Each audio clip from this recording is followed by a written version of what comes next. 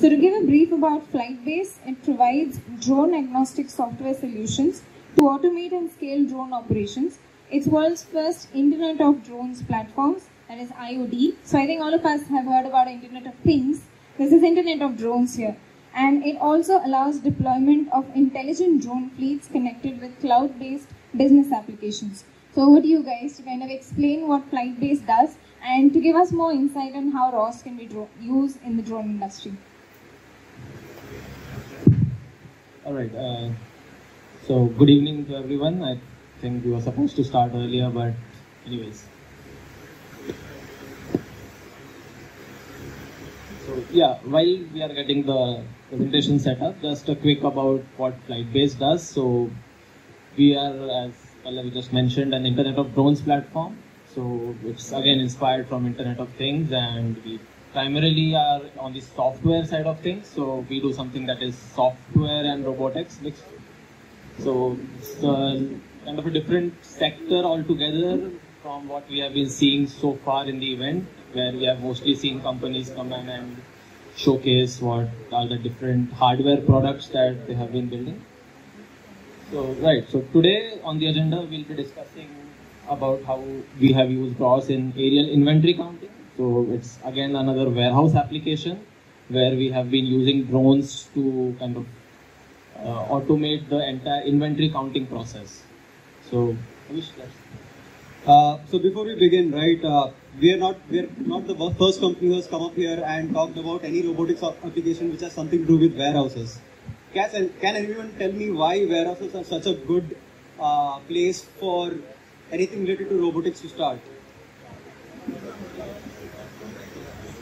Can we just have the mic, please?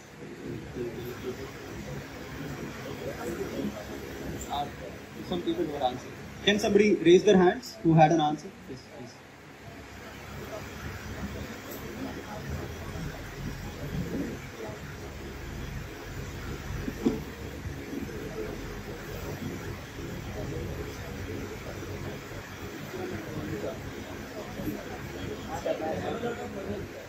No, lot of industries have a lot of money. That's not even the remotely the right reason. No. Exactly. So, sorry? Yes. What else? Two right answers. Any more? Yes. That's also the right answer. So, to sum up what some of our friends said, right? So, the thing is, it's a very controlled environment. If you basically have a system which will need to work out there right now, it needs to be IP68 rated and all other problems, which is very difficult to build a production system out there like that. But warehouses are usually clean places where you have very fixed locations and areas for your bots to travel. It's a private space, so that means if you want to lay down some markers, you want to highlight some things that you want your system to detect, it's easier to do than, let us say, if you want to go out and make your system run out there. And basically, the operations which are done in a warehouse are repeatable day in, day out, 24/7, 365 days in a year, right? So that's why that is the breeding ground for most of the robotic software you see. So I'm pretty sure by the end of this talk, you will probably get the idea that if we put all the four companies' warehouses technologies together, we would probably have a fully autonomous warehouse. So going one step further with what our solution was and how we used drones for that. So this is just an overview of the technology that we use. The problem statement is that in warehouses which are placed near airports, which are placed anywhere, whatever packages and things that come in, they are picked up by people and they're placed into particular locations in the racks, right? So these are the places where any of the packages are placed. On these locations, there's a lot of issue with respect to where people are supposed to place their packages and where they actually place their packages.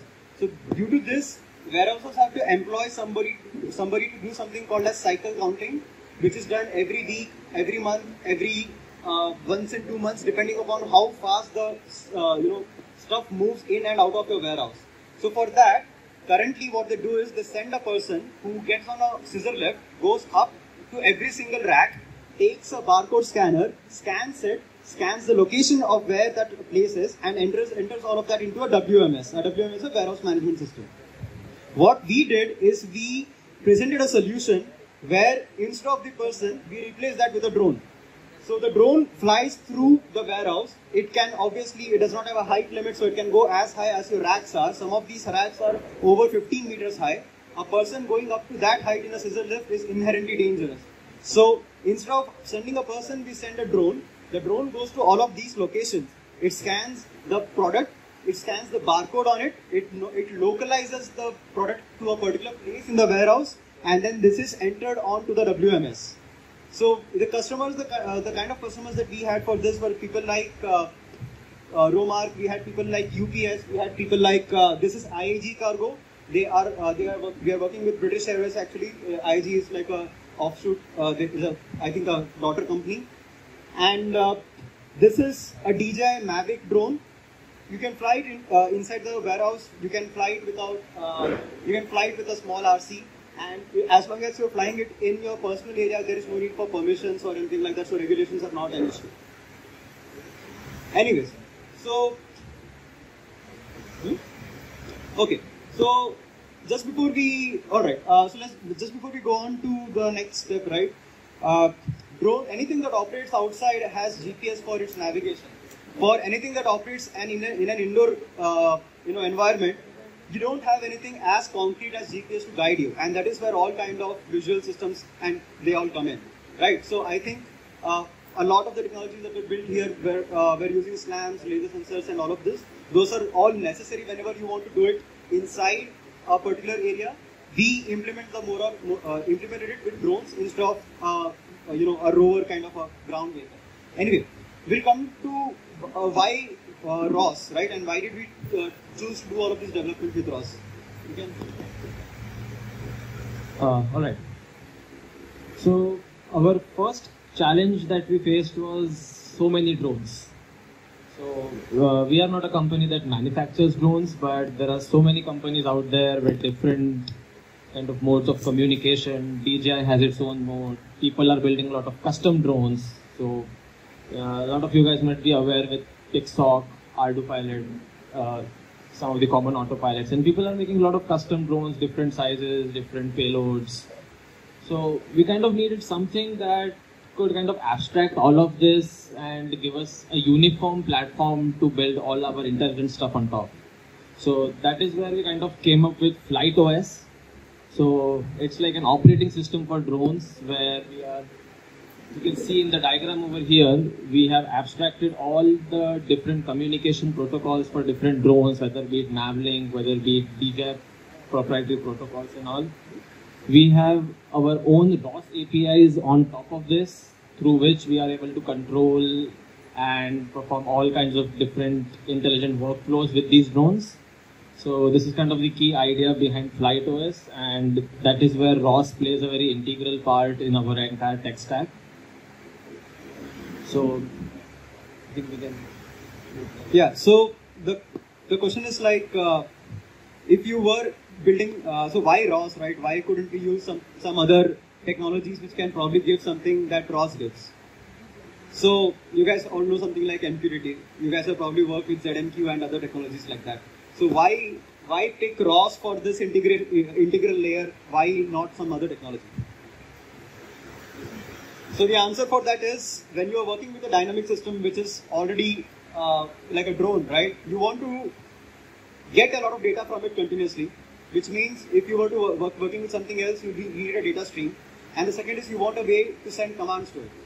So that is where ROS fit in perfectly for us, because we had a lot of telemetry topics that we wanted to broadcast continuously, and we wanted to use the services, the actions, feedback goals, these kind of things which are in ROS to help control the drone. Now where you can actually make it even better is because this FlightOS is drone agnostic. So let us say if you were to use one of our service called FlightOS/navigation/takeoff, it will take off a DJI drone, it will take off a Pixhawk drone, it will take off any other drone. Why? Because everything is abstracted below it, and the only APIs that are exposed on top of it are the ones which are ROS APIs. Similarly, if you were to subscribe to some topic called as flight/state, you would get the flight state of the drone, and that is agnostic for all drones. So now you have a system where, let us say, even if you didn't write any code, you can still use the APIs on your terminal to make a drone fly from one place to another, make it go from another place to another. Now just write that, do all of the same things in the code, and now you have an automated system. So ROS gave us that interface that we needed to experiment quickly, to have a system which can start moving, which we can start building up a solution with. So this was FlightWare, right? And what were the things that we had in FlightWare which were essential for to compute it as a solution? So we had pose estimation, which is the first one where you use your surroundings. We'll show a video next about how we did pose estimation in this controlled environment. So we use some things like tag detection, ARUCO markers, and other fiducial markers. We had SLAM. We had a lot of deep learning and machine learning models which used to take features in a warehouse, use that to position the drone in the warehouse. Then we had navigation. So in navigation, like in a warehouse, you need to move very fast in an aisle. You need to move up an aisle, come down this side, go from the side, and all of these. So for that, we had a navigation stack, and we had something called as precision landing. Precision landing is another technology we'll show a video and explain a bit more later on. Then we had data processing pipelines, where you should take the videos and the photos we captured during the drone's flight, process it, find where the barcodes are, and add it to our system. Machine planning, where we used to plan which aisles, which racks, which shelf do you need to go. So we need to enter that in some place, and we'll plan the paths to that particular location, send the drone over there, scan it, and bring it back. And finally, we had a dashboard built on top of RESTful APIs which were running through ROS Bridge, and we had the dashboard where you could actually do all of these entries instead of doing anything manually. So FlightWare was totally based on ROS, and this is all for one system, like one PC was handling all of this in ROS.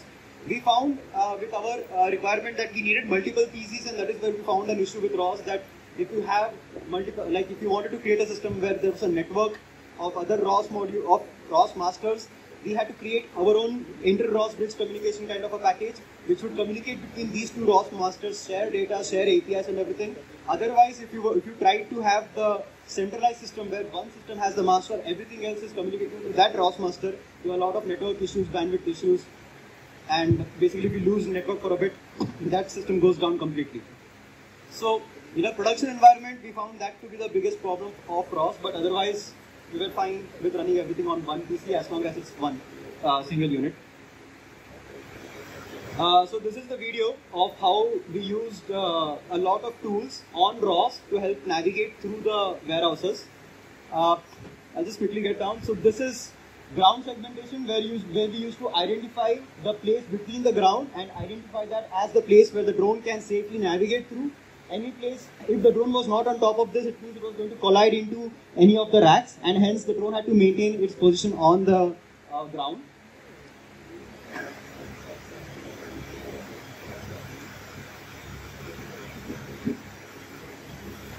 This is where we were, this is also ground segmentation. Essentially, we converted that into hue line detection, and then we use those lines to stay inside and not run into any of the racks. We have more detection methods actually. It's just loading internet issues. So one of the points that our friend said, right, it's a very controlled environment. What it means is that if you see these racks, right, in a particular warehouse, and we found this true for actually a lot of warehouses, I think it was a coincidence. The fact that all the horizontal bars were orange and all the vertical bars were blue, and the intersection points were orange. Now this is data that you have about your environment which you can code into your system to detect, right? That if you see orange continuous bars, that means it's the it is the vertical bars, and you can use those to navigate yourself, because you know so like this. So the orange bars and the ground, we made sure that they intersect at the infinity point, and that infinity point is always going to be in the center. So you need to stay aligned with that to stay in the center of the aisle, so that you don't crash into any of the drones, any of the racks. So this was another technology that we used to navigate the aisle and navigate the drone as it moved through the aisle. So just a quick context here as to why this is so important. Specifically because in the image I don't think it's very clear, but the distance here between these two racks is around, I think, 60 to 70 centimeters. That's it. So if you place the drone inside, it leaves around 15 centimeters on either side. And hence you see, when you kind of have such complex control problems that you are tackling at, ROS really helps you to kind of get a lot of experimental data out and have seamless communication between different modules and such.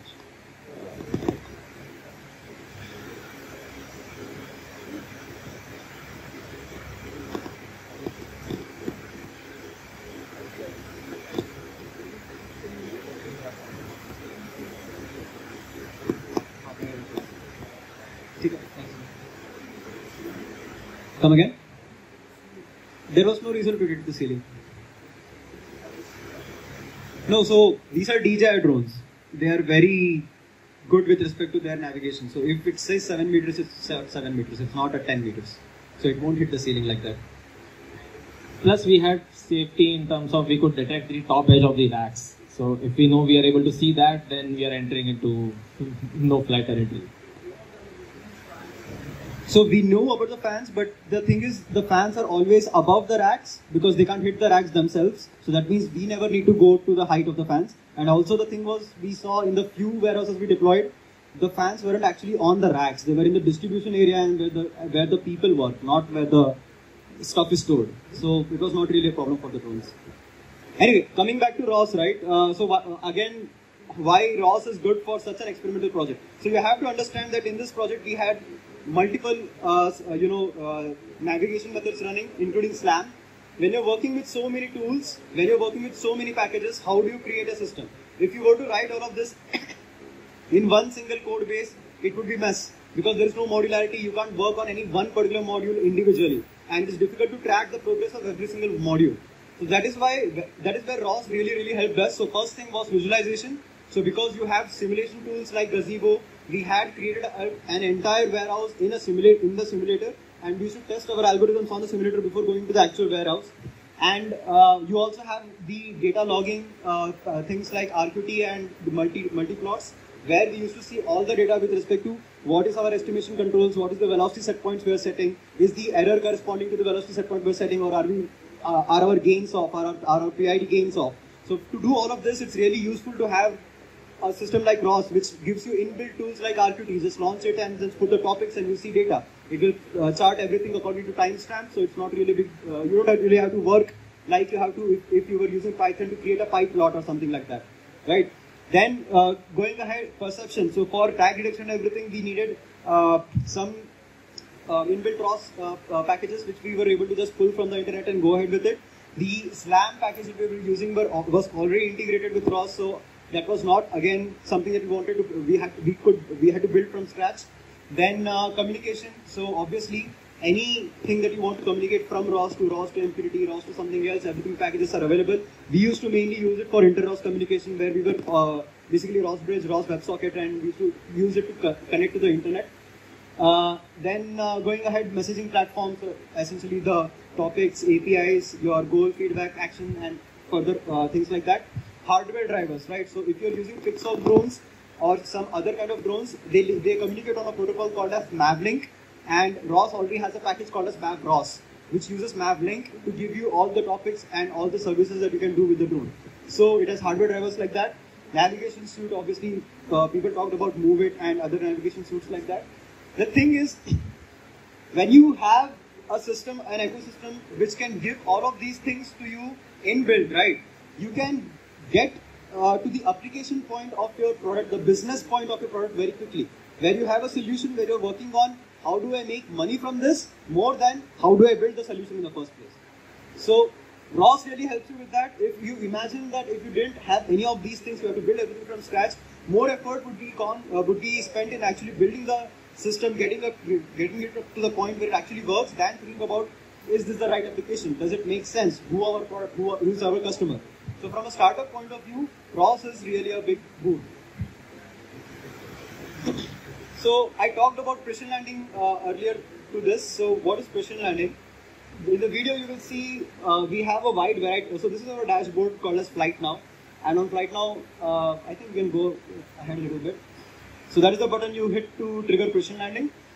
And once precision landing is triggered, right, this is a fiducial marker. And on that fiducial marker, we are landing a whole bunch of drones. The advantage of this kind of technology is that our code for doing precision landing is written once. It's written once in, let us say, Python, right? The APIs it uses are the same ones for all of those drones. The control algorithm it is using is the same one for all of those drones. That means you don't really have to be like, I changed my hardware, I'm going to change my software. I changed one part of my hardware, something new happened, I go back to my software. No, you can build a system which is going to be agnostic, because you have a thing like ROS with its APIs and topics available to you. You just need to make sure that all of them communicate more or less similarly. So this was precision landing. Then I think, yes. So this is the latest thing that we're working on. So this is called as, the whole concept is called as DIAB, which is drone in a box. So this is called as a docking station. And the idea is, if anybody goes out with a drone and wants to do missions where, let us say, he wants to do surveillance, inspection, or anything like that, a person needs to be there flying a drone, getting the drone back, changing the battery, and flying it again. It's a human-intensive process for no reason. So what we have done is we have partnered with a lot of international partners who build docking stations. What docking stations do is, when the drone is done with its mission and it's done flying, the drone comes back into the docking station closes, and the drone's battery is charged, the drone is restarted and is ready for a mission. And all of this is connected to our dashboard. So we have complete remote connectivity over ROS Bridge. So the point is, that docking station can be in the US and you can control it right now from our dashboard, as long as somebody gives you access to it.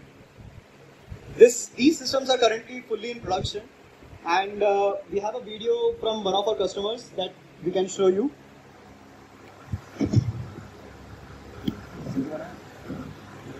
Okay, so let me just forward a little bit.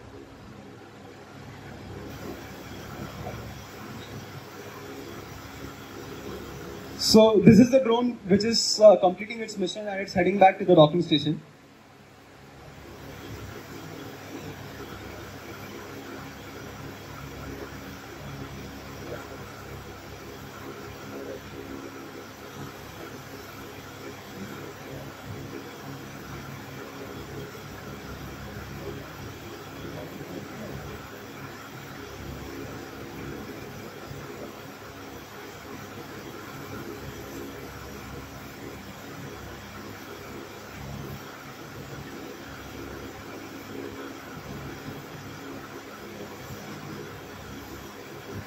So yeah, like what the drone is doing here is it is trying to scan this building that we see underneath, and once it has done that, you can see an entire flow of it going inside the docking station.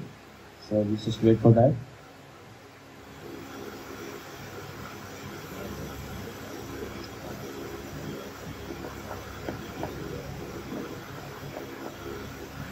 Okay, so once the drone has reached its target, the docking station exists over here. Unfortunately, it's not in full screen.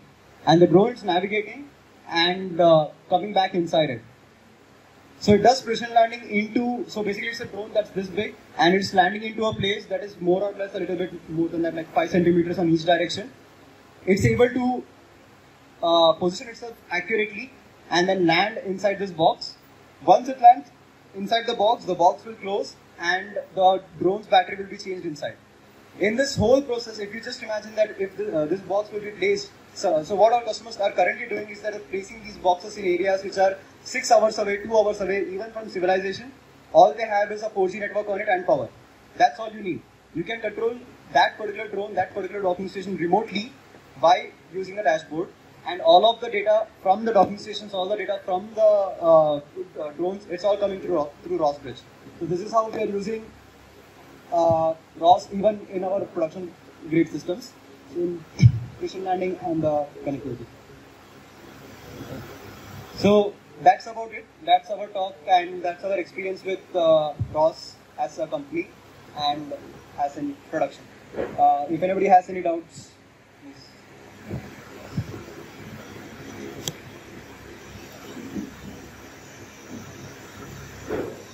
Question with like how you guys are avoiding racks, like collision with racks. So there are multiple safety systems in place to kind of make sure that you don't collide with racks.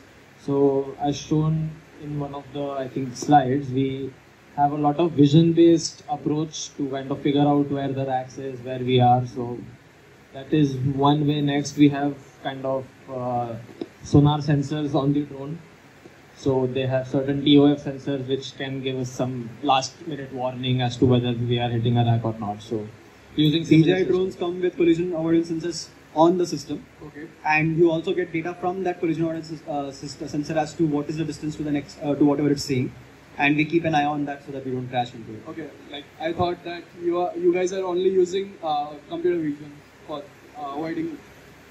That was the, that's how we started. But there's a lot of issues with respect to using a drone in a warehouse, especially IMU. So because of all the metal racking around you, the IMU's magnetometer is not consistent when you run a drone inside in this kind of an environment. So basically what happens is, if you start right now and the IMU tells you it's 0 degree north and you drive it, you take it 20 meters away, you land it over there and you check what it says, it will tell north is that way. So it keeps changing because of your, because of all the metal racking around you. So that's why we could not just rely on the drone's navigation, we had to use the sensors along with it to help with it.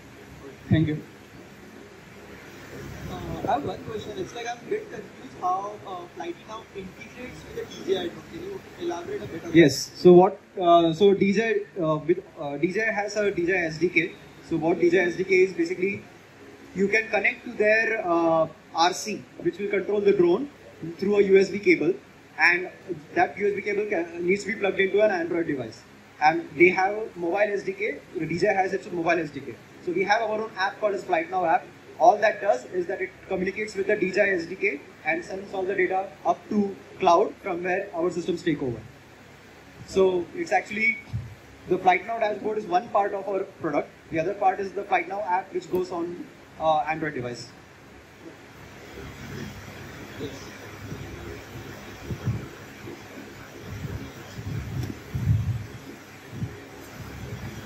Hello. I had a two-part question. So right now you said that your like the OS is designed for a particular design of warehouse. So like, is there a have you provided some interface where like if a warehouse is different from the one that you have coded, so like it will automatically adjust to that, or like we have to do something for that? Yes. So we don't have to do anything special for it. All of the warehouse kind of specific data that is there in the software, it is entirely configurable. So we just need to kind of change that the first time we are kind of deploying in any warehouse, and the software can pick up from there. Also, is there what the accuracy of this, within one run the entire warehouse can be what's the accuracy? Like how many times does it have to move around the entire warehouse in order to completely that will kind of depend from what kind of drone the customer is using and what kind of warehouse it is. So we have kind of seen warehouses which are from like a few tens of aisles long to something that are even like a few hundreds of aisles long. So based on that, and purely based on like what kind of drone it is, what kind of battery life it has, the number of cycles that it will need is decided. Okay, great. Thank you.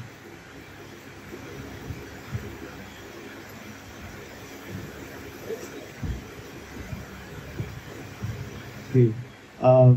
So couple of questions. One, I saw this rack tracking computer vision algorithm.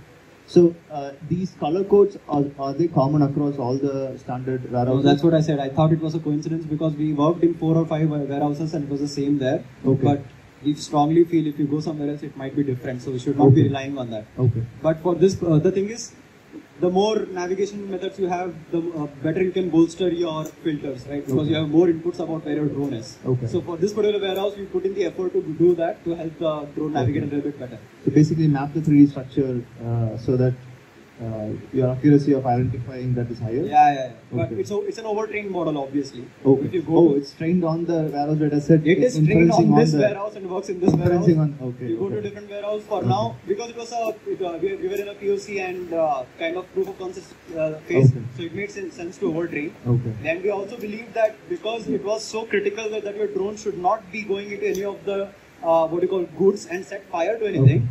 If we had to go to a new warehouse and overtrain, it's worth the effort. If you can give me guarantee it's not going to crash, it's okay. I completely agree with that. And also another question. So, how different are the SDKs across different drones? So DJI has a consistent SDK which will apply over most of different DJI drones. Okay. Now DJI as a company is very finicky, so they will pull support for some drones sometimes, and then you have to maintain multiple SDK versions and things like that.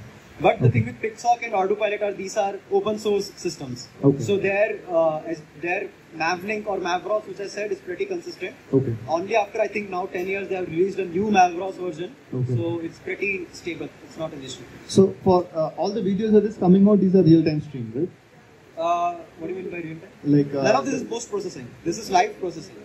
okay. So what do you guys use any compression for video streaming? DJI sorts that for us. When you fly a DJI drone, right? You Okay. get the video feed onto a phone if you have it connected to it. So DJI takes care of all video streaming and everything. No, not from the drone to the base station. Yes. But this is over online, you said, right? No, so no. For that. For FlightWare, Okay. the FlightWare system, everything. So the thing is, we used to get video feed to the RC, the Okay. remote controller, which DJI handles. Okay. Nothing to do over Okay. there. Connect it to your phone, and you get the video feed using the SDK. Again, Okay. we don't have to do anything. Okay. And instead of phone, we are using something called as an Odroid, which Okay. is an Android device with Okay. an HDMI cable. Okay. We used to connect that HDMI cable to our laptop, Linux Okay. laptops, Okay. and run ROS on the Linux laptop. Oh, So okay. all of this navigation, everything inside Okay. warehouses used to happen over right over here. Okay. But the other solution which I showed with the docking station and everything, Okay. that is on cloud. Okay. And even there, you don't need to give the drone commands as to where to go. You can Okay. load a mission onto a drone, Okay. and the drone does that mission. Okay. So you don't have so to control it. for the remote teleoperations, there is no video streaming involved, rather mission instructions. So there are is there. video streaming. Even Okay. for you saw right when the drone was flying, we Yeah, could yeah. see what it was seeing and So everything. that is there any compression happening? Yes, we use a Okay. third-party media server who takes care of compression and Okay. decoding and everything. Okay. Okay. Cool. Cool. All right. All right. Thank you. So the compression is over the internet one. It is not over the air compression.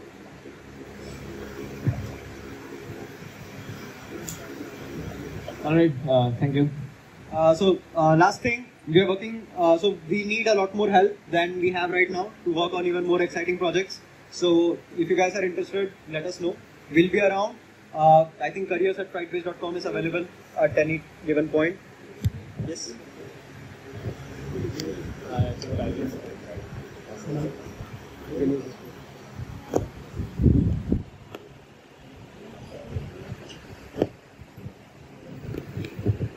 I just had one small doubt. Like you said, any hardware, any drone can be used can be connected with the system because of the FlightOS. Yes. So, like we generally have a single camera on the DJI Yes. Maverick. So for the detection of those barcodes, are you modifying those drones with your external sensors? So Or we are just buy the drone off the shelf, Okay. plug it in and you fly. And that's neat. And we designed the system deliberately to be like that, because basically we are not in the hardware industry, we don't want to be in the hardware industry. If you go around modifying, putting a camera on a drone, now you have the burden of how do I transmit that thing zero feet to my system. And obviously it's never going to be as good as DJI is. So don't mess with the hardware. So the path planning as well as the detection of those packages or whatever is in everything is done by a single camera. Yes, and that was a huge challenge for us, because basically the thing is, we were using a SLAM technology, right? Now if you keep moving the SLAM thing around, after a while it has a drift and it has an error. So you start from here, you go over here, you do this 3 times, suddenly this is no longer 90, this is 40 degrees, right? So that is why we had a lot of hard stops where the drone used to stop, and we used to have fiduciary markers to help it locate itself, correct the drift, then proceed. So we had systems like that to prevent SLAM from going out of control, and so that it can even navigate over 200-300 meters without any drift, without any errors. So it stops at every rack, basically. No, we had a rule for that how often it needs to stop depending upon kitna error aa raha tha. Just for detection, actually. Not for detection. Detection is live. It continuously detects. Every time it's seeing, it detects and it uses the data. Because the video that you showed, it was pointing towards the ground, right? Yes. Like the horizon wasn't visible. Yes. So, but the items were on the racks, basically. So you have to point to them, right? Oh, so that way the way it used to work, it used to go to a particular location, right? So this is the rack. This is the aisle.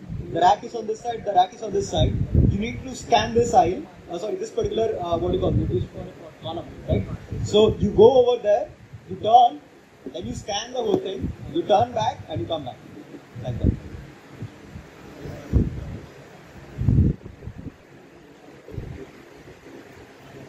Any more questions, people? The questionnaire in terms of tech. Sir, I'm just coming. Yeah, hello. So, usually DJI drones comes with a vision camera under it. Yes. Right? So, have you tried using that one for the navigation? Its data is not available. Okay. The SDK does not give us that data so that we can do anything with it. Okay. So, access to anything that a DJI drone can provide, you can try to do with a DJI drone is dependent on the SDK. You can't break the SDK and bypass it. So, it just does not transmit that data from the camera even to the RC. So, you cannot use it anywhere further. So, this is the problem with the Mavic type of drones. But in the question landing video, we had a very big drone which came down. It's called as an M300. So, for those particular drones, you have two SDKs. You have the SDK which will run from the RC, and you have an onboard SDK where you can put an SBC on top of the drone and it will communicate to the drone on the drone. Those particular SDKs will expose the camera's view. But we were not using those for in the warehouses. It's too big of a drone.